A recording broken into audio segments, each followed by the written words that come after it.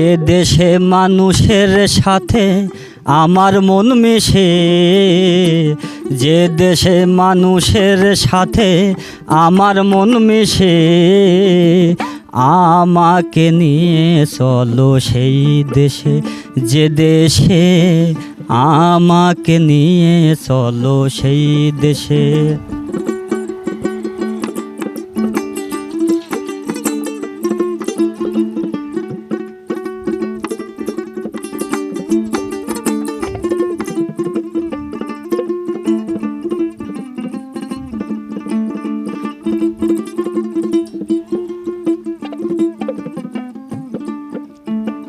যেই দেশে নাই আইনের বিচার, সবার উপর সবার অধিকার, যে দেশে নাই আইনের বিচার, সবার উপর সবার অধিকার, ছোট্ট একটা ঘর বানাইয়া থাকবো সেই দেশে।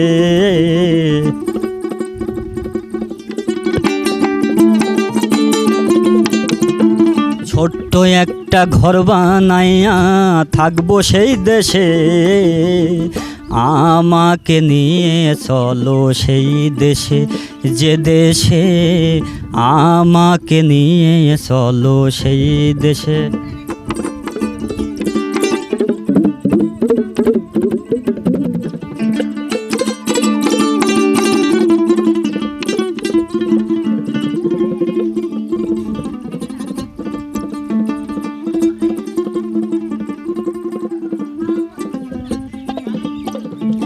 সাধু গুরুর হয় আগমন, মুহূর্তে মিলবে বৃন্দাবন।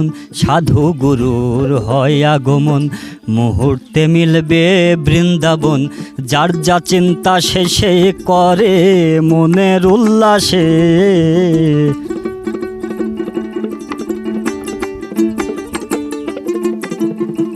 যার যা চিন্তা শেষে করে মনের উল্লাসে, আমাকে নিয়ে চলো সেই দেশে, যে দেশে আমাকে নিয়ে চলো সেই দেশে।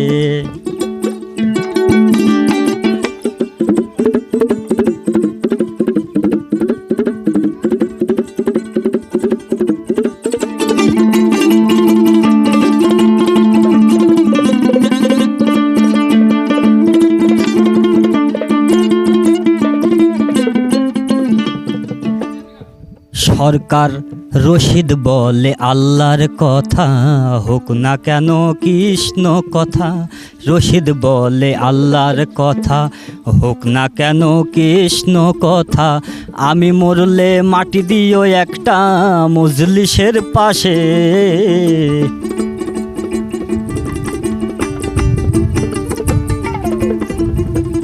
আমি মরলে মাটি দিও একটা মজলিসের পাশে। আমাকে নিয়ে চলো সেই দেশে, যে দেশে আমাকে নিয়ে চলো সেই দেশে, যে দেশে মানুষের সাথে আমার মন মিশে, যে দেশে মানুষের সাথে আমার মন মিশে। আমাকে নিয়ে চলো সেই দেশে, যে দেশে আমাকে নিয়ে চলো সেই দেশে, যে দেশে আমাকে নিয়ে চলো সেই দেশে। সাধুগুরুর দেশে। দারুণ দারুণ। আসলে কার লেখা গানটা গাইলেন? আসলে দেওয়ান রশিদ সরকারের, এটা দেওয়ান রশিদ সরকারের এই গানটা গাইলেন, অসাধারণ হয়েছে, অনেক ভালো লেগেছে।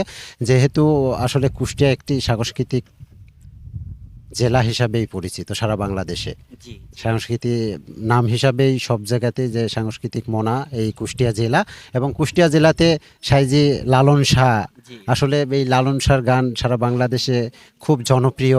এখানে অনেক শিল্পী আছে, আসেন, বছরে 2টা অনুষ্ঠানও হয় লালন সাইজির মাজারে। তো সব মিলিয়ে আসলে কুষ্টিয়াতেই নিশ্চয়ই বাসা আপনার। একটু পরিচয়টা যদি আপনি দিতেন। আমার বাসা জেলা কুষ্টিয়া, থানা মিরপুর, গ্রাম নওপাড়া। নামটা কি আপনার? আমার নাম মোহাম্মদ তারিক রহমান বাপ্পি বাসার। তারিক রহমান বাপ্পি বাসার ভাই অনেক ভালো গান গেয়েছেন। তো আপনি কি গান শেখেন বা করেন? আসলেই গান তো না শিখলে তো আসলেই হয় না। আমি সাধুগুরুর কাছ থেকে গান বাজনা শিখেছি। আমার ভিতরে যে ভাবটা দেখছেন, এটা সাধুগুরু বৈষ্ণবদের কাছ থেকে আবির্ভাব এসেছে আমার ভিতরে। আপনার ভিতরে অনেক প্রতিভা রয়েছে, আপনার সঙ্গে আরেকজন রয়েছে, তার কাছেও জানতে চাইবো যে আসলে আপনি তো একই সঙ্গে থাকেন। হ্যাঁ হ্যাঁ, একই সাথে আমি উস্তাদের কাছে এই খমক তালিম করি, পাশাপাশি গানও শিখি, যন্ত্র শিখি, এই আর কি। গান কি কখনো করেছেন বা করেন গান? ওইভাবে আসলে গান ওই সাধু সঙ্গগুলো না, আমাদের আশেপাশের গ্রামে গঞ্জে কিছু সাধুগুরু আছেন, বৈষ্ণব আছেন, তারা বৎসরে কিছু অনুষ্ঠান ওগুলো প্রোগ্রাম করেন, ওগুলো না আমরা করে থাকি, এই আর কি। সাধু সঙ্গগুলো সচরাচর করে করে থাকা হয়। ঠিকানাটা কি দুইজনের বাড়ি কি একই গ্রামে বা পাশাপাশি কিনা? পাশাপাশি আর কি। আমি থাকি, আমার বাসা গ্রামের বাসা দৌলতপুরে, আমি থাকি মিরপুরে। এখানেই উস্তাদের কাছে সুরসঙ্গীত চর্চা করি, পাশাপাশি একটা ছোটোখাটো কর্মও করি আর কি। তার মানে পাশাপাশি এই যে সঙ্গীত অঙ্গনে ভালো লাগে, তাই ভালো লাগা থেকে এইগুলো করা জি, বা যাওয়া, এই মনের তৃষ্ণা মেটানো আর কি। আসলে আত্মার খোরাক আর কি সঙ্গীতটা মূলে। আমার ভালো লাগে। মহতি ও সাধুসঙ্গ করার সময় আমরা অনেকটা পেয়েছি যে সত্যের বাণী প্রচারে যুগ যুগ ধরে বিভিন্ন সাধুগুরু বৈষ্ণবে সোনালী বাংলায় এসেছেন। তাদের সান্নিধ্য লাভের জন্য রাত নাই দিন নাই ঘন্টার পর ঘন্টা সাধুগুরু বৈষ্ণবদের সঙ্গে এই সময় পার করার চেষ্টা করি আর কি। হঠাৎ করে আপনার সামনে আজকে বেঁধে গেলাম আর কি। ধন্যবাদ, অনেক ভালো লেগেছে। আমরাও চাই যে আপনাদের যে ভালো লাগা থেকে, মনের খোরাক থেকে আরও মানুষের খোরাক মেটানো সম্ভব হবে বা আপনারা মেটাবেন, সেই আশা বা প্রত্যাশা আমাদের থাকবে। আপনাদের জন্য শুভকামনা থাকবেন, আপনারা আরও ভালো কিছু শোনান, ভালো কিছু করেন, দেশ বরণ্য শিল্পী হন, সেই প্রত্যাশা আমাদের থাকবে। এদের আশীর্বাদ দোয়া পাইলেই যথেষ্ট। আসলে সকল সৃষ্টির শ্রেষ্ঠ তো মানুষ। 18,000 মাকলুকাতের ভিতরে মানুষই শ্রেষ্ঠ। এই মানুষ যা পারে, এই মানুষের দিয়ে মামলা যা করায়, আল্লাহ তাআলা এই মানুষ দিয়ে যা করায় আর কোনো কিছু দিয়ে তাহা করায় না। কারণ এই মানুষের ভিতরে সৃষ্টিকর্তা বিরাজ থাকে।